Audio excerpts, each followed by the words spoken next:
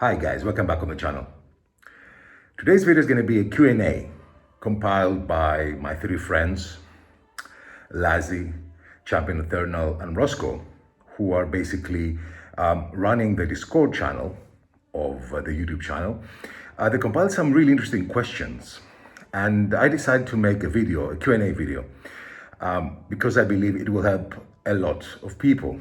Now, I'm pretty sure, as you can see, this will take some time, so let's not delay anymore. So let's start with the first question from Lazzy. If starting completely from scratch, would you recommend to start Wargaming 100 Years War either from early or late period?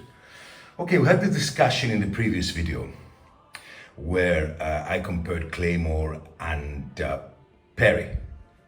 So let's talk a little bit about it. So it's not only Claymore and Perry that you have here, and here we're talking about the 28 mm. We have more miniatures, different 28 mm manufacturers. If we go to 15 mm, even more. So obviously you have to choose a size. You see if here Wargames Foundry, Black Tree Design, Essex, all beautiful miniatures, beautiful sculpts. I have too many of them. So there are many manufacturers. So how would you choose a period?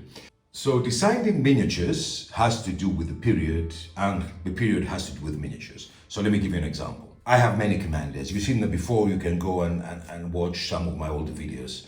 So who do you like? You like the Black Prince? You go for an early stage. You like Henry V?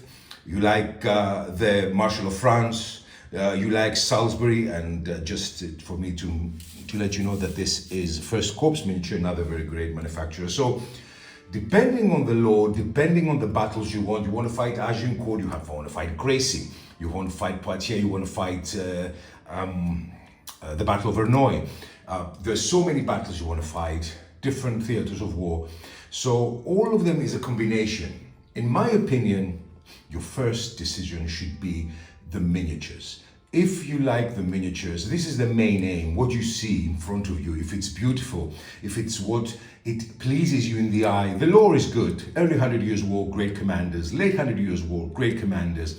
Major pitched battles in both periods. So first of all, I will go with the miniatures, see what I like. My budget also, you know, periplastics. And at the same time, check the lore and check the commanders that I like, and then make a decision. So this would be my answer to this question. Now the second question from Lazzy is, what miniature should one start with for the recommended period? Would the periplastic miniatures sets work well as a starting point? Yes, obviously. Periplastics, as you can see, they're very beautiful and they're affordable. With a couple of boxes, you have a contingent. Obviously, metals are a bit more expensive. So depending on your budget, again, it depends on you. And if you like the era and you like the miniatures, I consider them very beautiful. Yes, you can go for periplastics and you can really have a lower budget, but you will fight the later part after Agincourt 100 Years War. If your budget allows you, you can choose any manufacturer you like, as I told you. And here we have a beautiful Claymore, all metal, obviously a bit more expensive. Again, another theatre war, another type of miniatures. It's really your choice. But again, if you have a specific budget, I would go for the periplastics that are cheaper. Now, the thing about the basing, how to do it, mount figures on single or multi-bases. Okay, that's a very interesting question. So let's go and see. Now, I don't have my single-based armies. I have them back in the Middle East, in Saudi Arabia, because I recently found and explored skirmish rules. So I have some figures here from Wargames Foundry and Essex that I haven't based, and I put them individually. What's the advantage of individually based miniatures is that every time you can create a different base, you can create a different diorama, you can create a different scenario. For example, you may have a commander with peasants, so you can put the peasants with the commander and create a contingent. You may have two specific lords fighting together that will never fight together and put them in the same base. So with the individually based miniatures, you're a little bit more flexible. Of course, maybe it's boring, maybe it's tedious to start putting them in movement trays. And this is obviously the negative part. With the, miniatures that are based on big bases, you are obviously constrained in what you did at that time. Obviously, that's not a major issue, but for let's say, campaigns or specific scenarios. Some individually based miniatures always can provide more flexibility. Again, it's up to you really. I like individually based. All of my armies are individually based since a couple of years ago, but they are based for skirmish games. But I'm enjoying them also, and I can create scenarios because they're more flexible for bigger games. Again, it's a matter of taste. This is maybe more convenient. You move them easily. Obviously, table trays are fine as well. So it's really up to you. But individually, it's more flexible. What sources, that's an interesting one, there are for miniatures in general, and most importantly, how to narrow down the overwhelming selection. Look, there will always be an overwhelming selection, always. You cannot avoid it. But I can give you a couple of advice of books that I've used, and you've seen it recently on my channel. So let's go and see.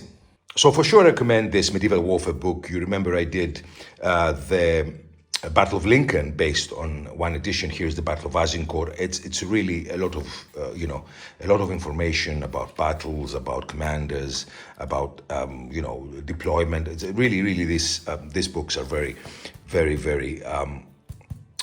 helpful. Now you can find different supplements, like say for example Medieval Battles. This is more for gaming, more for deploying, but again it's source material. Armies of the Middle Ages, Volume 1, there's a Volume 2 by Anne Heath. Amazing amount of information and coat of arms here, and how the armies were deployed. There's a lot of history behind it. Here, all these, and in the end, I think we have all the coat of arms here. All the coat of arms and tell you who is who. So yeah, very helpful book. Then obviously we'll go to Osprey magazine. It has everything, campaigns, commanders, armies of Agincourt. This is a very interesting one, actually. Osprey, obviously. Now this magazine I got once, and although it was in French, I think it's really helpful. I got it because it has the campaign rules of Brittany and a brilliant map. Unfortunately, I couldn't find the English version of the rules, and I could not play the game because it was not very clarified. So maybe I will use somebody who speaks French. I have many friends who speak French, so it has a lovely map. But it's not only the game. Here's the rules, all in French. Unfortunately, I couldn't find a lot of information. Here's the map, beautiful map. A lot of information. This via Victus, good source material. Now, obviously, number one source material is Hobbler magazine. Amazing. It has all the major battles and also shows you in many cases how to wargame them at the end.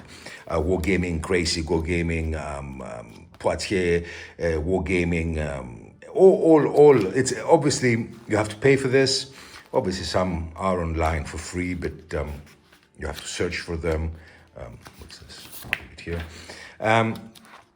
Really great source of information. I highly recommend them. So many things I've learned from this. I'm still from these magazines. Has coat of arms, has battles in detail, campaigns in detail. Really amazing source of information as well. And at the end, boy books, like for example, Ankari's Agincourt New History, or other Agincourt books that are out that they're challenging Ankari's findings. So I think there is ample information that you have to make a decision. Obviously, a lot of my videos have a lot of information, but Hobbler magazine I think is one, and obviously the easiest is Osprey, that has battles, armor, colors. You see here everything that you may need condensed. So yeah, this magazine would be my advice to you guys. To make a choice and use them in order to get information. I think I gave you a lot of stuff to think about. So third question I have from Lazzy is, what sources there are for painting reference and inspiration for miniatures? What historical sources would you recommend for those beginning to get to know the period? Okay, obviously, I think again, the books I showed you have a lot of information, but if I go somewhere specific, I would go for Osprey. Osprey has a lot of information and a lot of illustrations of how You see what I'm telling you about low-ranking troops used, earthy colors, commanders, coat of arms. I think Osprey is maybe the best place to get all this information with all the illustrations. Really, I think are going to be. You see here, we see earthy colors. I think Osprey would be the best decision for this specific and information and painting. So you see, if you get Osprey, you get an information about painting, information about how they look and battles. So there is condensed information here that you can use. Obviously, you can use the others as well, as I was saying, for example. Popular, extremely interesting. But Osprey, I think, has all in one.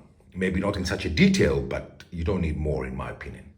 So the next question is, what rule set do you think could be nice starting point for miniatures recommended, skirmish, big battles, or anything between, as long as you think it's beginner friendly? Okay, well, that's a good question and difficult one. So let's go and see. So here, guys, are rule sets. Hail Caesar, Sword Point, the 100 Years' War, Impetus, my old friends Vows of Iron or Valen, is creating new rule set. DBM, DBA, Storm of Arrows, Sword and Spear. Let's go here. I think I'm creating more problems than I'm solving. Mortimer Gloriam, here is Field of Glory. Here is the excellent Medieval Warfare by Terry Gore. Here it is. I hope I destroyed it with the army lists. Baron's War, Sword Point, Medieval Armies, Ancient Battles, DBA, PK. I've never played this game, and I'm really excited to be Armies of L'Art de la Guerre. So what all of this? Again, it's obviously an acquired taste when you become experienced. But skirmish games are not less complicated than big games. So first of all, you decide your armies. You decide the size of your armies. You decide you want to play skirmish games. You decide you want to play bigger games. It's up really to you. If I would give an advice, although, I'm not playing for quite some time, I would go for Hail Caesar. Hail Caesar is a very easy rule set for big battles, fast rule set that you can learn quickly and you can play, but you need big armies. Now, for skirmish games, obviously we have here Baron's War.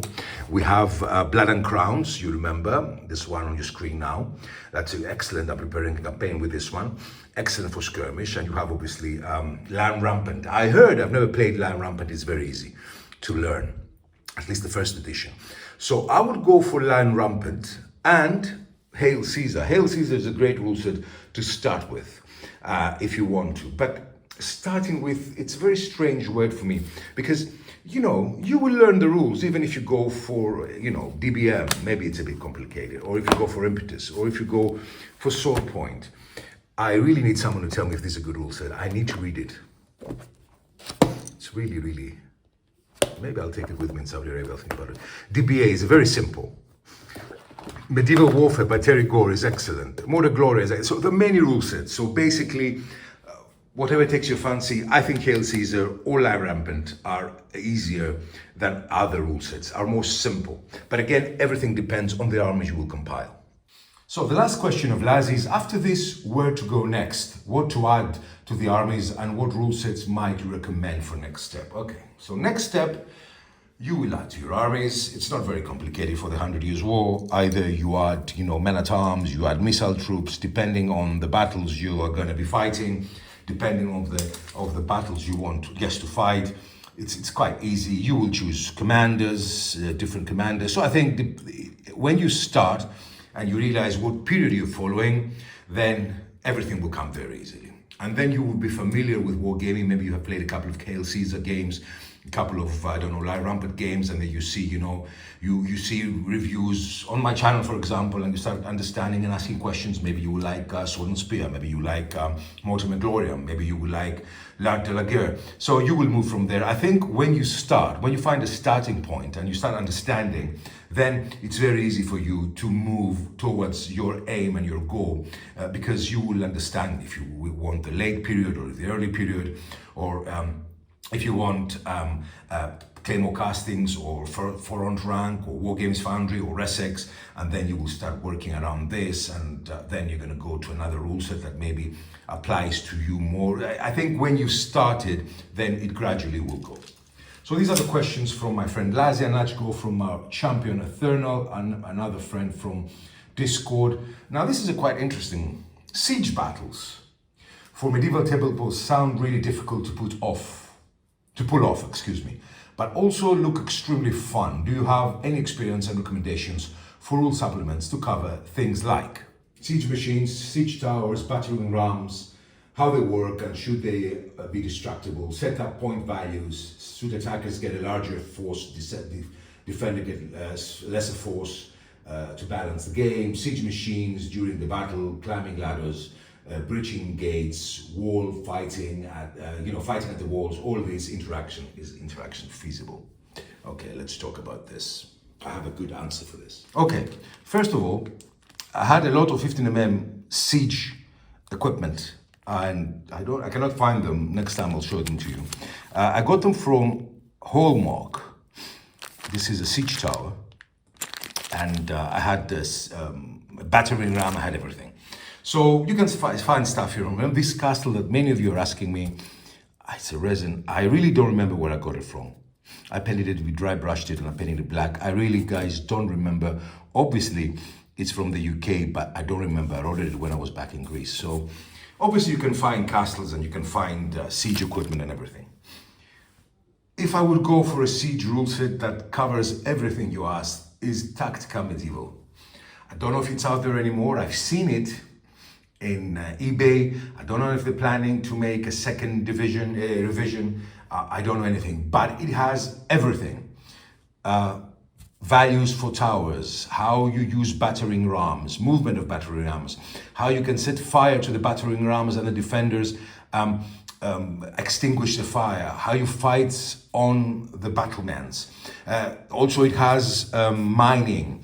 It has mangonels, trebuchets, different techniques of shooting. It's not that complicated. It's based on a very simple system. Then you have the siege towers, and I don't have my siege tower. I don't know where it is. I want to show it to you.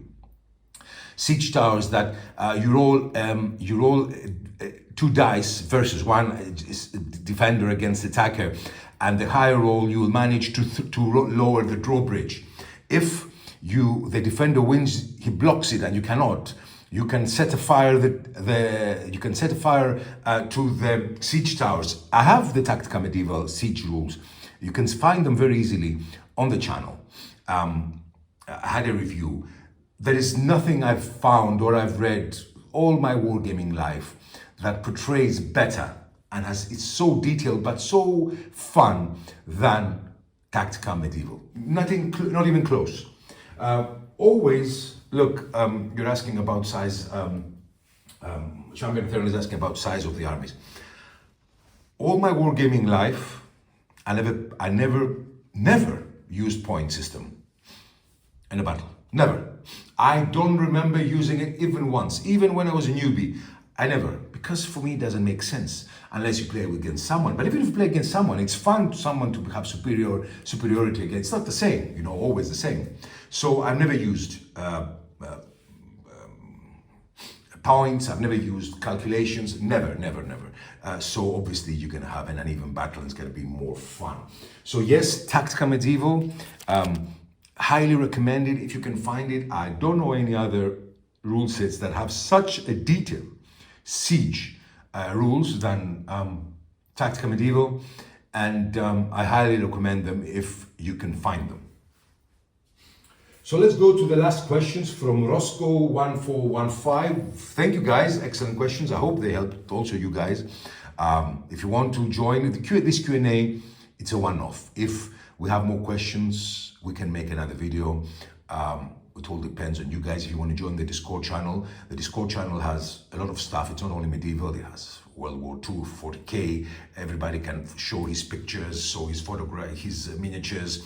We have pack and shot rule, we have Dark Ages, everything in the Discord channel, and the guys are doing a great job there, welcoming the new guys, they're helping. So if you want to, we have a Q&A channel. You can put your questions there and we can make maybe another video. You never know. So let's go with Rosco and say, who is your favorite medieval era leader? Okay, let's go to this one. Okay, I have various favorite leaders. I like Warwick, I like Salisbury, I like Edward III, but my absolute favorite are, I have to say, from the early part of the 100 Years' War, and this is, some of you may not have heard him, Reginald Cobham, great commander, great knight who fought at the Battle of Crecy, the Black Prince, and the John de Vere, the 6th or the 7th Earl of Oxford, who fought also in the Battle of Crecy and the Battle of Poitiers. I think these are my favorite commanders. Let me bring it close, all from Claymore Castings. This is John de Vere. This is the Black Prince. It's not actually the Black Prince. And here is Reginald Cobham. Love them. These are my favorite commanders of all time. Obviously, I like the later part as well. The Duke of Bedford, the Earl of Salisbury, great commanders. But if you ask me, my absolute favorite are these three gentlemen. So, is there a medieval era or a theatre of war that you've never wargamed, but would you like? Okay, sorry, I skipped one. So, what's your favorite medieval faction to wargame with? Okay, another good question. But I think most of you know the answer to this. My favorite faction to wargame are the Scots. Here they are. I love them. I love their diversity. In what way? In a way that you have to, think a lot of strategy in order to fight with the Scots. Why? Because they have the Schultrons that are extremely powerful. They have the knights in front of the Schultrons, but at the same time, they are very cumbersome. They're very slow. They will be annihilated by the English. So you have to think a lot of strategy in order to manage to reach the English before the army gets decimated. So I love the English, I love the French, that both are, especially my 100 Years' War, here, some of them. But if you tell me which ones I love more, and if I had to choose, is the Scots. And let's go to the last question. Is there a medieval theatre of war that you've never wargamed, but will like in the near future? There is nothing I didn't actually wargame, but there are miniatures that I haven't wargamed as 28mm, because I stopped wargaming 15mm, although I had too many armies. I've stopped wargaming 15mm long time ago. So if you ask me, guys, in my plan is to wargame Dark Ages. I think it's my next step, maybe next year. I want to get 28mm Dark Ages. Futso have some beautiful ones. Also, you have Caribbean based. So I always wanted to fight the Battle of Stamford Bridge, or the Battle of actually Hastings, where you have two different strategies, two different armies. The Normans will now bring the Mounted Knight. Now, it's very exciting for me because during the 100 Years' War, the Mounted Knight is becoming a burden, obsolete. The English are dismounting again and are destroying with the longbows and the stakes the Mounted Knights. It's very interesting for me that I want to go to an era where the Mounted Knights were the new thing, the new kids in the block, and they were destroying the Anglo-Saxon who fought on foot and shield wall. So if, when I go, hopefully next year, I will start my Dark Ages project. That's going to be quite large. We're going to really go for the Battle of Hastings. So these are the questions from my friends. I would like to thank them. I want to thank Lazzy. I want to thank Champion Eternal. And I want to thank Rosco1415. The guys wrote some amazing questions. I hope I answered them well. I hope they help you. I think let me go here up high. I think all the information you got here, here's my laptop, I was reading the questions, with all the rules. Actually, if anybody has an idea about Band of Brothers PK, please let me know. All the rule sets that I have and more back in Saudi Arabia, the castle and the siege rules, the different manufacturers, especially here, will have more variety, and obviously the information you can get from these magazines. I think I answered them well, and I think you can get a good idea on how you will proceed with your wargaming. Anyway, guys, this is from me. I hope you enjoyed this video. Thanks so much for watching, and bye-bye. Have a great week.